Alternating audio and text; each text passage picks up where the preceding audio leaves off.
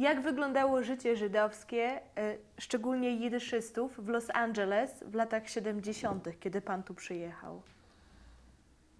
W porównaniu z tym, co dzisiaj, to było bardzo ożywione. W porównaniu z tym, co było w Polsce, to było nic.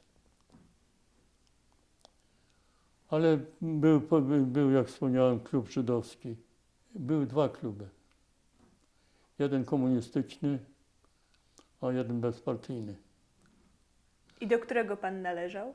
Do bezpartyjnego, do komunistycznego nie chodziłem.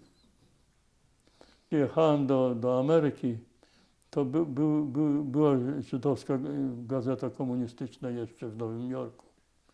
I był Forwards. To jeszcze walczyły ze sobą. Ja już do komunistycznej gazety bałem się wejść. A do Forwards chodziłem.